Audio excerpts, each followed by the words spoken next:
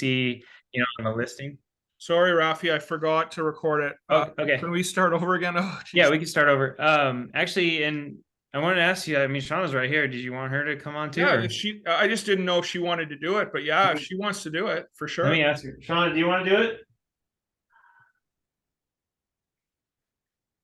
Okay. It's totally up to her. She's in the next room, but yeah, we'll see. Okay. Yeah, okay, yeah, that's fine.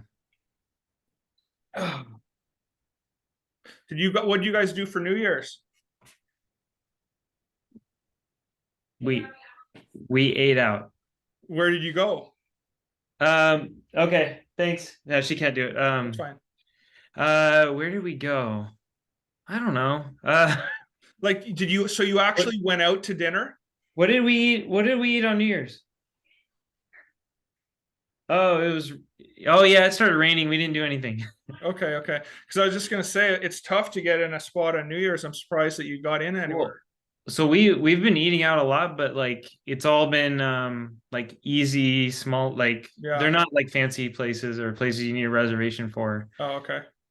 Yeah. So like we went to Phil's, we went to How did you like Phil's? pizza. Oh, we love Phil's. Okay, because a lot of people say that that's one of the best barbecue spots in Temecula. It's great. It actually we had a place in the Bay Area that was called Sauced, and you spend like 60, $70 there Mm-hmm. for barbecue, and it was good. The Mm-hmm. service was terrible. This place, it's much better, faster, and way cheaper, like half the price. Wow. Okay, well, So, I gotta try it then because it's been on my list to try. oh, It just I haven't done it yet. it's worth it. It's not a fancy place. It's just really good food. Okay, okay, cool.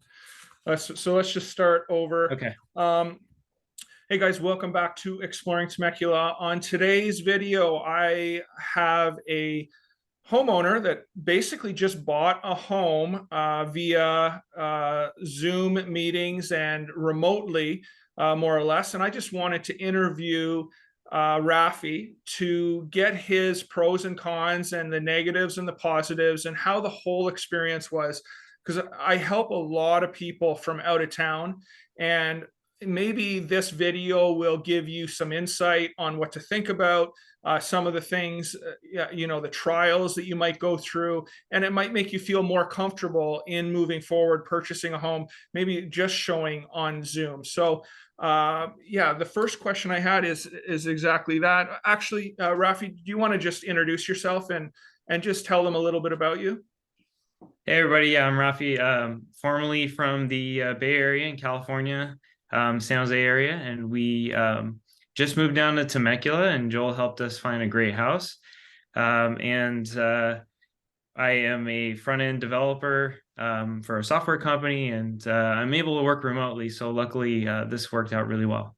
And that's a good point right off the bat, Rafi.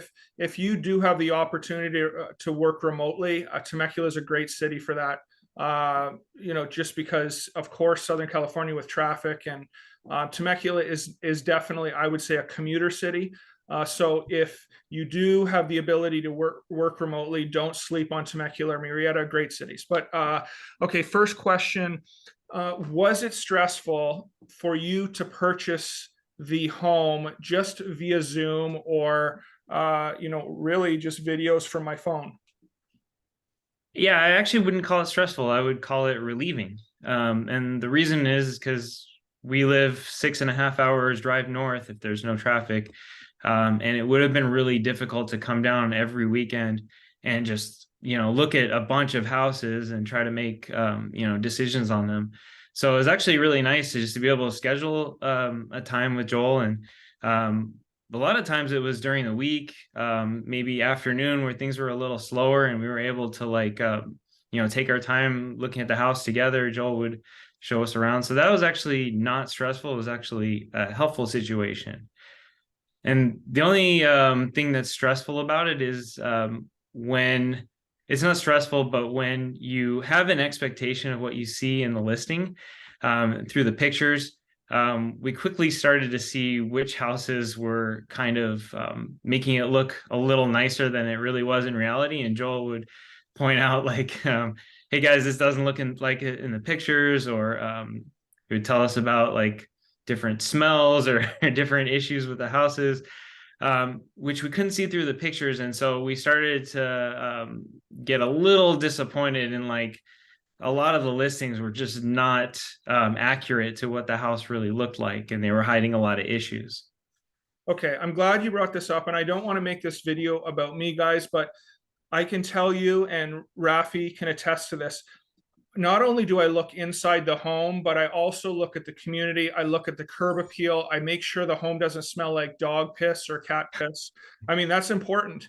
I am, because it's almost, sometimes it's more stressful for me as an agent because I don't want to let you as the buyer down. So I might even be overly picky in homes where you might, or a buyer might like the home, but I'm picking it apart because I want to make sure that it's perfect. So I'm glad you brought that up about the smells. But guys, I promise you that I'm going to be the most negative person on the planet because I don't want to be the guy that picks the wrong home. So the follow-up question to that, Rafi, would be, how was the camera and the angles and the color on the Zoom video? Like how did that, like, did it, when you saw the home, did the camera do it justice, or, was it good enough? That part was a little bit tougher because sometimes the cell signal wasn't good and the images were a little blurry. Mhm. I think when you got on the owner's Wi-Fi, things cleared up. So we were definitely able to get a good idea if the listing matched the pictures from your descriptions.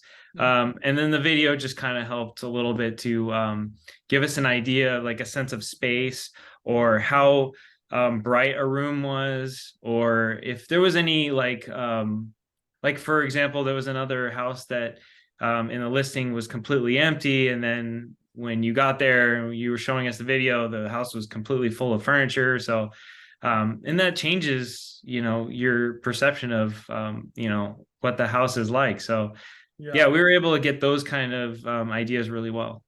Okay, and thank you again for bringing this up. So another thing that I routinely do, I hate dark homes, so I always point that out.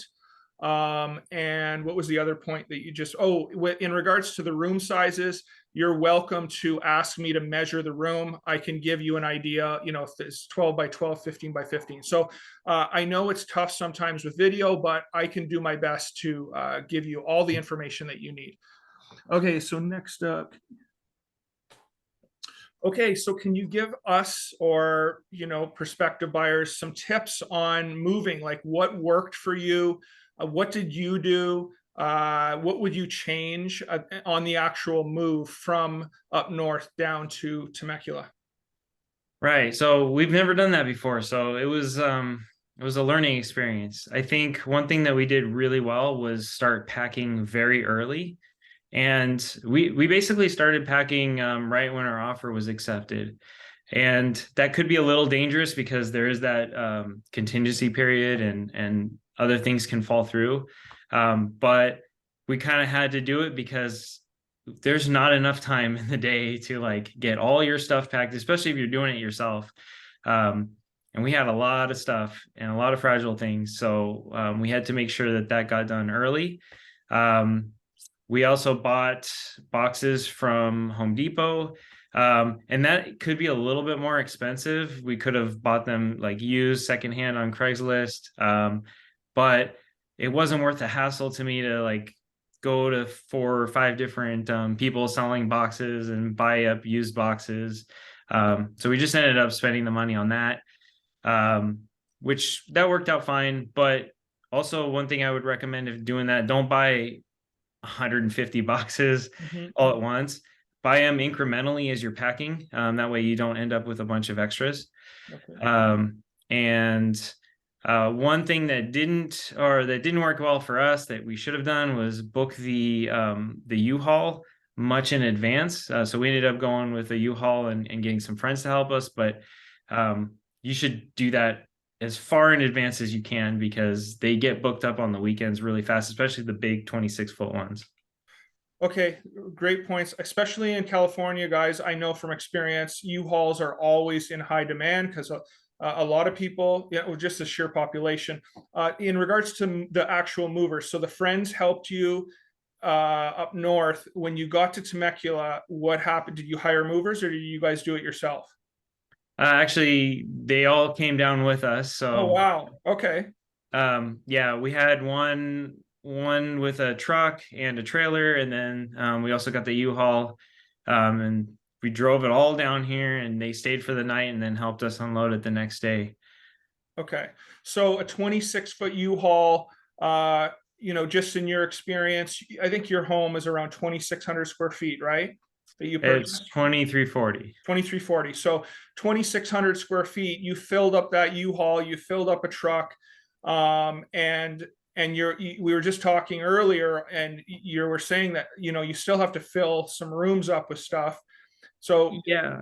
Yeah, it, we came from a two-bedroom apartment. You wouldn't think you could fill a whole 26-foot U-Haul, but it does fill up pretty fast. So especially when you're bringing all your couches and your beds. I know that you've recommended in the past to sell your stuff and then rebuy when you get here.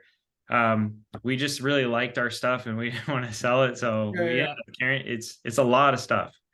Okay, so remember this, guys. They had a two-bedroom place. So if you feel like you've got a lot of stuff in your house, a 26-foot U-Haul says it might do a 3 to 4 bedroom, but obviously right here, you've got somebody saying that it doesn't. That's a two-bedroom. So just be very careful. It could take two 26-foot U-Hauls for a 3 or 4 bedroom for some people. Yeah, and that's also why we packed in advance, so we could really get a gauge of how much stuff we had, how many boxes, and how much space they're going to take up. Okay, awesome. Thank you. And next. And I'm going to edit this, like if there's any parts that I'm talk whatever or we messed Okay. up. So don't worry about messing up if you do.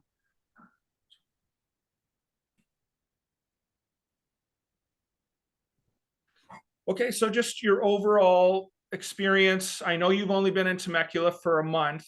What has been your overall experience so far? Pros and cons of Temecula, even though you have been here just a short period of time. Yeah, we really love Temecula actually.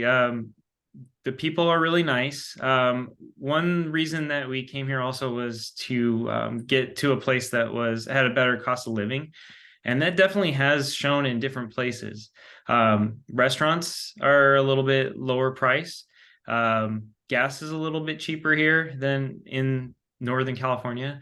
And also, we really like the city. Like the layout of the city is really nice. It's easy to get from one side to the other.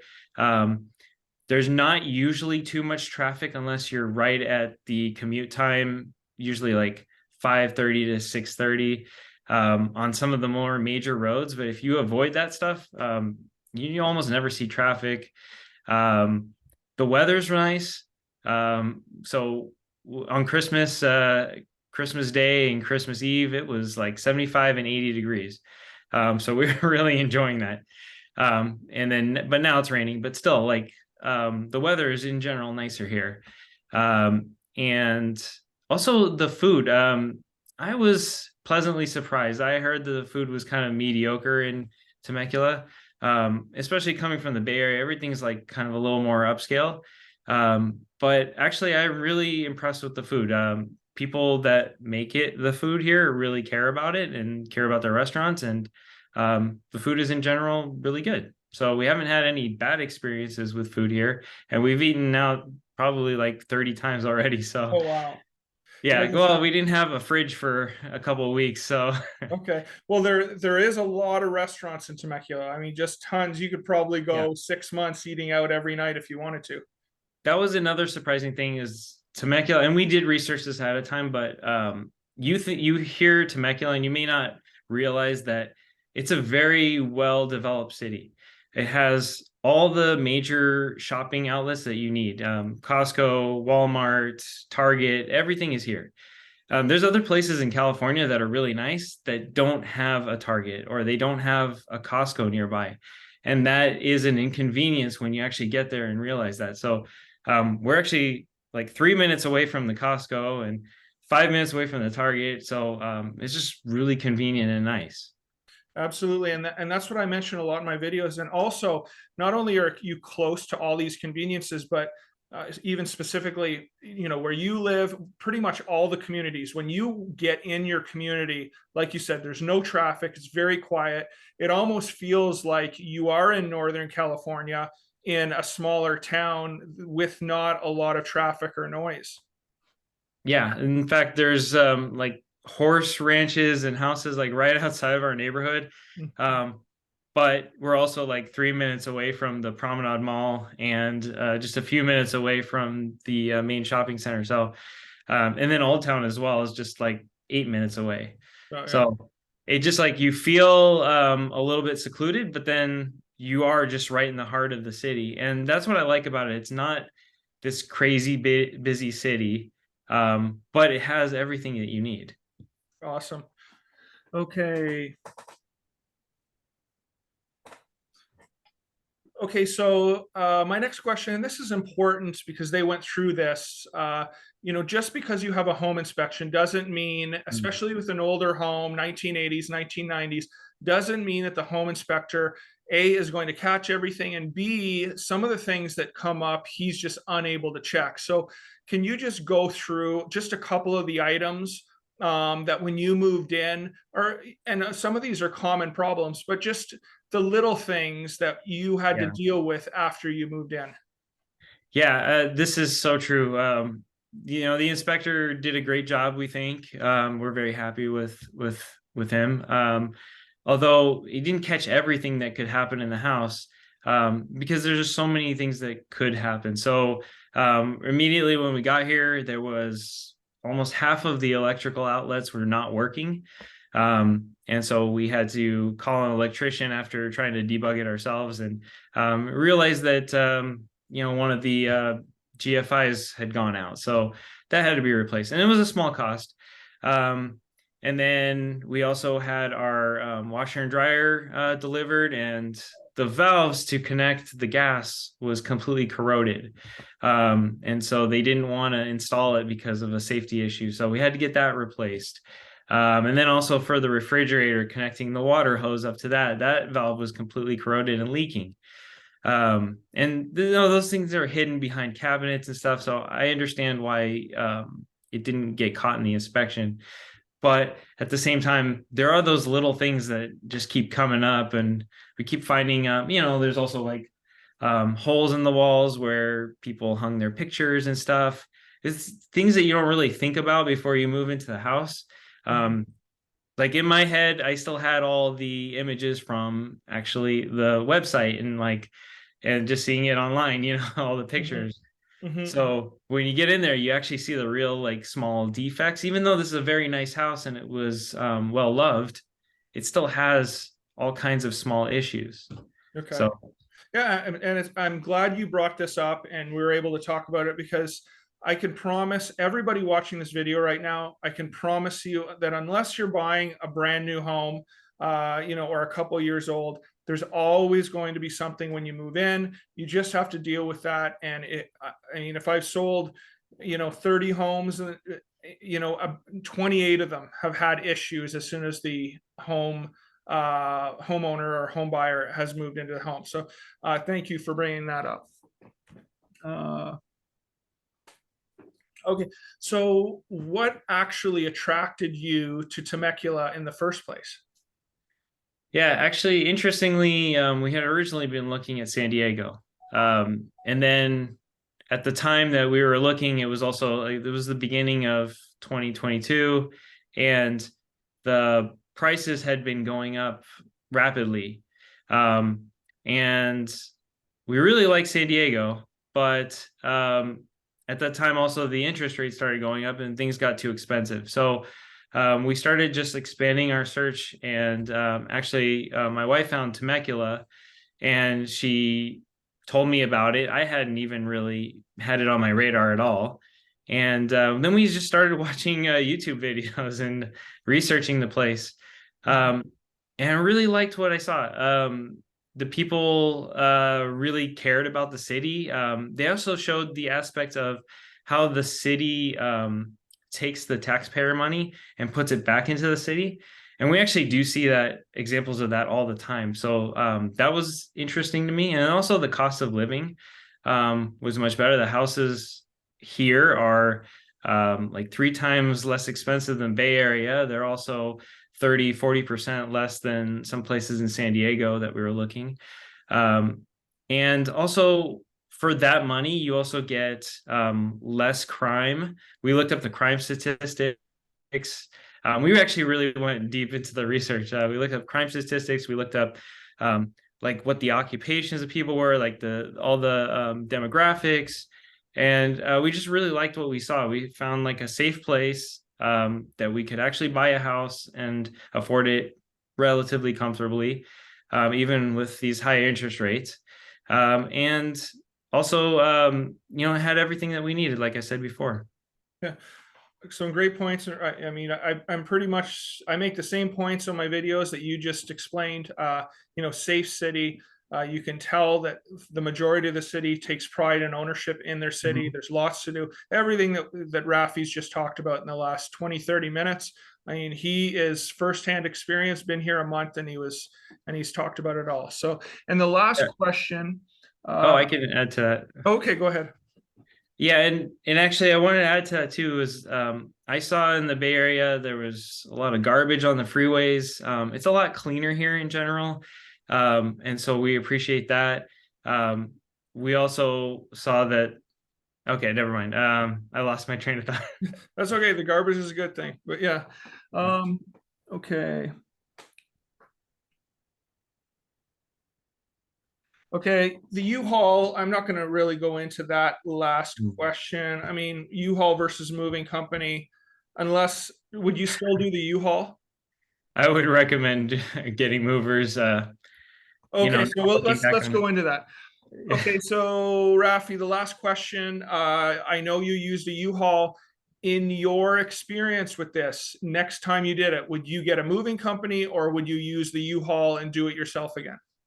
Yeah, I think we saved money going the U-Haul route for sure, but looking back on it, I would have rather just spent the money and had somebody else do it.